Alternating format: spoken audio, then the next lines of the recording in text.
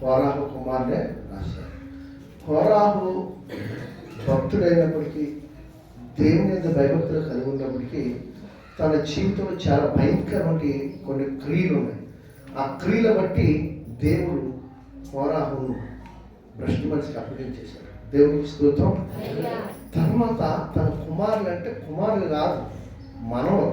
హల్లెలూయా. అంటే వారి సంతానం నుంచి వచ్చిన, ఇప్పుడు మన సంతానం నుంచి వచ్చిన మనకి కుమారులే కానీ మనవలు కాదు. మనం పిలుచుకోవటానికి మనవలు మనవరాలు అంటాం. హల్లెలూయా. కానీ పరిశుద్ధ గ్రంథం ప్రకారంగా కోరాహు మనవులు కుమారులుగా పిలువబడ్డారు దేవుని దృష్టిలో. హల్లెలూయా. ఇప్పుడు మన మనవులు కూడా ఎవరంటే పలానా ఉదయ్ కుమార్ గారు కుమారులు అంటారు తప్ప ఉదయ్ కుమార్ గారు మనవులు అని అనరు. హల్లెలూయా. దేవుడి దృష్టిలో, దేవుడి పిలుపులో ఒక మధురం ఉంటుంది, ఒక ఉన్నతమైన గౌరవ ప్రభావాలు ఉంటాయి. మనుషుడు కదా, నేను చేశాను కదా, నా ఇష్టం వచ్చినట్టుగా నేను అనుకూలంగా నేను తిప్పుకోను, దేవుడికి అది ఉండదు. దేవుడికి ఎంత ప్రాముఖ్యత ఉంటుందంటే మనుషుల పట్ల వారు నా పోలిక, నా స్వరూపం, నేను ఎలా ఉంటానో నా బిడ్డలు అలాగే ఉంటాను. సో నా బిడ్డలు అవమానిస్తే నేను అవమానపరుచుకున్నట్లుగా ఉంటాను. దేవుని స్తోత్రం. దేవుడు అన్ని విధాలుగా ఆలోచన చేస్తాడు. హల్లెలూయా. ఈ కోరాహు కుమారులు దేవుడి గురించి పరితపించిపోయారు, తప్పించిపోయారు. దేవుని గురించి తన తాతయ్య గారు కోరాహు గారికి లేనంటే భక్తి కానీ, కోరాహు గారు చేయలేనంటే ప్రతి పరిస్థితిని దేవుని పట్ల లోబడే తత్వం, విధేయత, దేవుని భయం లేకపోవట, ఇవన్నీ ఏం కోల్పోయారు నాకు అర్థమైంది. హల్లెలూయా. కోరాహు యొక్క మనవలకి వాళ్ళకి అర్థమైంది. అందుకనే వాళ్ళు ఎలాగ ఎంచుకుంటారంటే, కొంచెం ముందుకెళ్తే మీరు కీర్తనలు ఈ 42 చదవండి, ఇంటి మీద ఒంటరి పిచ్చిగా ఎంచుకుంటారు. బలిపీఠం వచ్చేంత వానకోయిల వల్ల ఎంచుకుంటారు. అంటే నేను వానకోయిల, మీరు ఎప్పుడైనా ఎవరైనా చెప్పలేదు, మీకు తెలుసో తెలియదు, నాకు తెలియదు. వానకోయిల ఎప్పుడు కూడా నేలను తాకదు. దాని పుట్టిక, దానికి ఉన్నటువంటి ప్రాధాన్యత వేరు.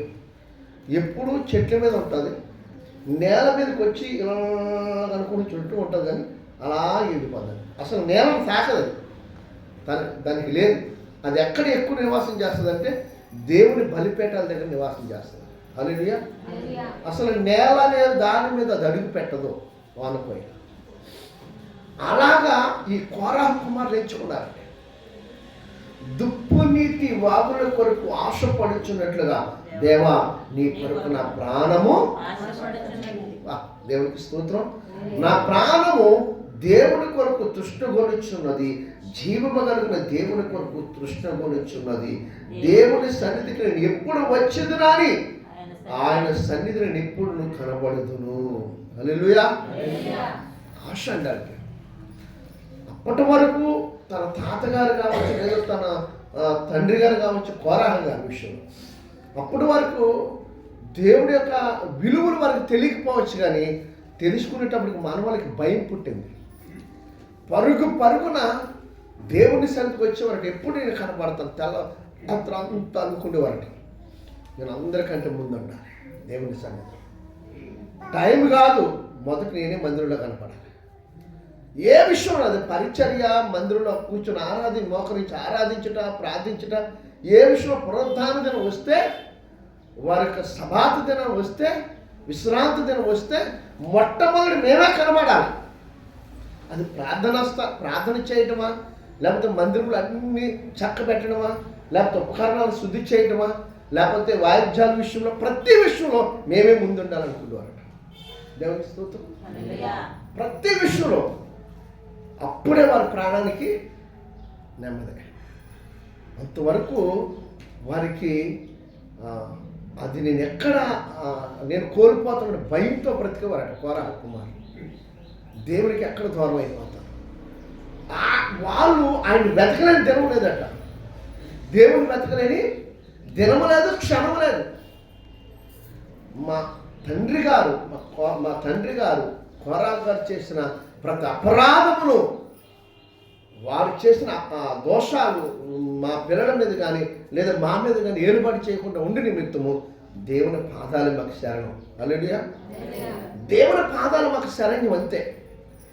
అవేమీ రాకుండా, అవేమి మా మీద ఏలుబడి చేయకుండా ఉండాలంటే మాకు వేరే ఆశ్రయం ఏమియో ఎందుకు లేదంటే ప్రవక్తలు జీవము కలిగిన దేవుడు ఎవరో తెలియజేస్తాడు కోరాహు కుమారుడు. హల్లెలూయా. దైవజనులు జీవము కలిగిన దేవుడు ఎవరో తెలియజేశాడు కోరాహు కుమారుడు. కాబట్టి ప్రియులారా, కోరాహు కుమారులు వారి ప్రాణము కృష్ణుడు ఎప్పుడంటే దేవుని మందిరంలో కనబడినప్పుడే ఆ ప్రాణానికి నెమ్మది దొరికేదట. ఈరోజు దేవుణ్ణి మేము చేరుకున్నాం, నా ప్రాణము నా దేవునితో ఏకమైంది, నా ఊపిరి నాలో ఉన్న ప్రతి అవయము ఆయన్నే సేవించాలి, ప్రతిదీ ఆయన్నే స్తుతించాలి, ఆయనకి వేరుగా మేము బ్రతకూడదు అనుకునేవారట. దేవుని సన్నిధిలో కనబడాలంటే మొదటి స్థానము నా తండ్రి దగ్గర. ఇక వాళ్ళకు ఒక తీర్మానం, ఇంకా మా పితరులు అంటే కోరాహు గారు చేసిన ఏ అపరాధము కూడా మా పిల్లల మీద కానీ మా మీద ఏలుబాటు చేయాలి. కారణం ఏంటంటే యెషయా గ్రంథంలో చెప్తాడు, మీకు తండ్రి అయిన దేవునికి మధ్యలో పాపం అనే గోడ ఉంది. ఆ గోడను పడగొట్టడానికే ఆ పాపపు గోడ వీరి మీద రాకుండా తండ్రి అయిన దేవుని అడ్డుగా ఉంచుకున్నారు కోరాహు కుమార్. హల్లెలూయా.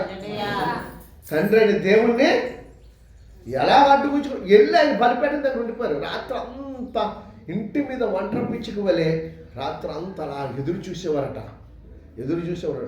నేను ఓటుకుండ వంటి వాడిని, నాకెవరు ఒంటరి వాడిని, నాకు ఓటుకుండ వంటి వాడిని, నీవే నాకు ఆధారం ఏమి?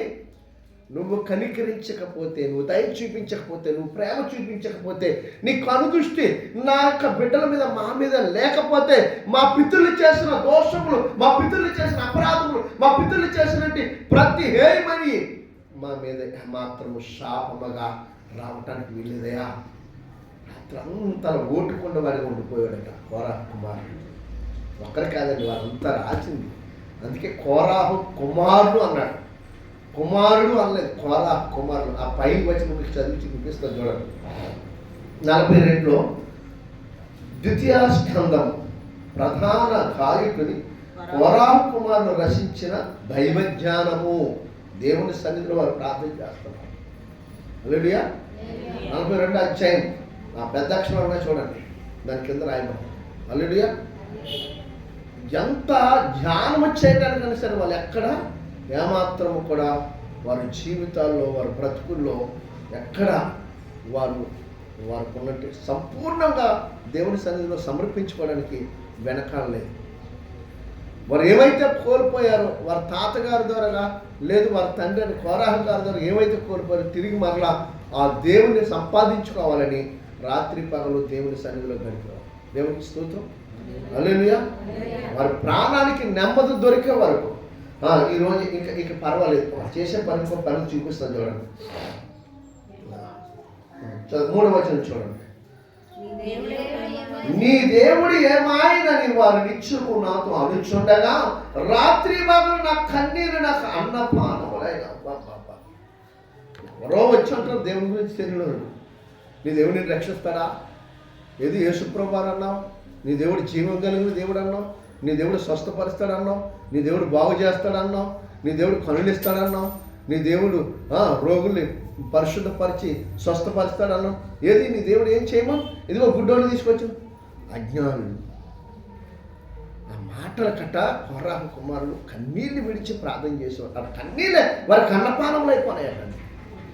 అన్నం తినేవారు కాదట, ఆ కన్నీళ్ళే గుట్టకలుగా మింగి ఏడ్చి ఏడ్చి ఏడ్చి అంటారు. అంటున్నారయ్యా, నీ రుచి తెలియదు, నీ విలువ తెలియదు, నువ్వు ఉత్తముడని ఉత్తమమైన దాన్ని వెతకడం మానేసి వారి ఇష్టానుసారంగా ప్రవర్తిస్తున్నారు. ప్రభువా, ఆ కన్నీళ్ళే మా కన్నపానం.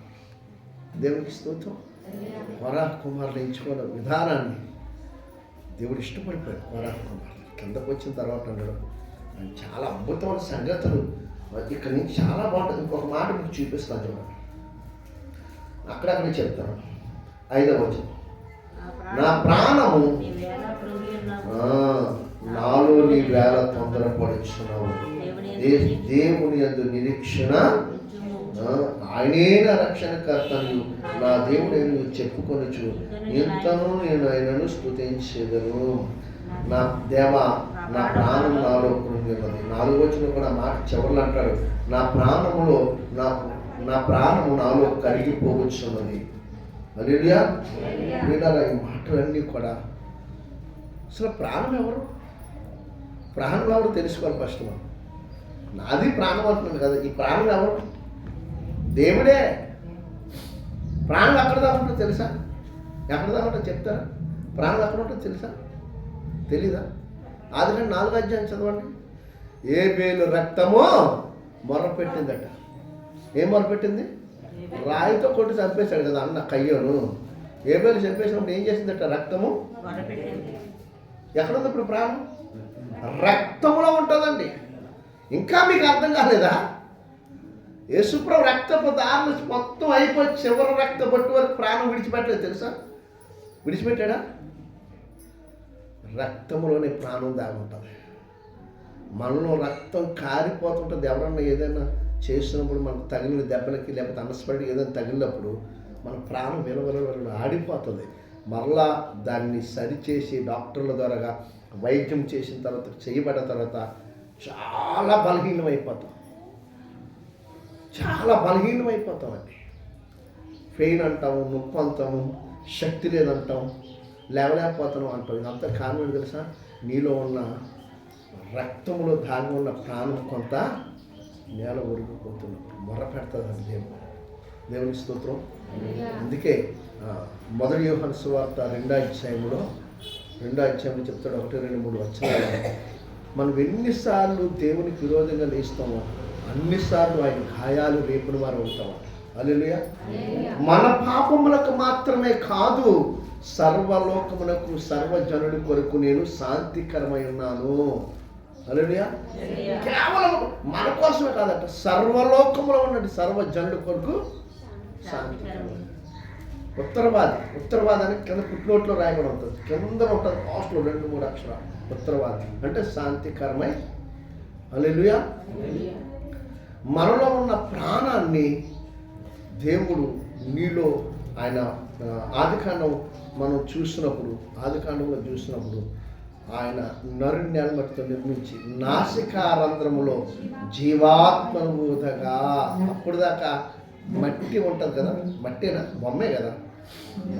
ఆయన కలుగు చేసుకొని రక్తాన్ని ప్రవహింపజేసి. ఇంకా మీకు అర్థం కావాలంటే హెజ్కేలు గ్రంథం 37వ అధ్యాయం చూస్తే 37:5లో ఉంటుంది, జీవాత్మ నీలో ప్రవహింపజేయునుగాక. హల్లెలూయా. హల్లెలూయా. వాళ్ళ ప్రాణమట దేవునితో ఏకమైపోయిందట.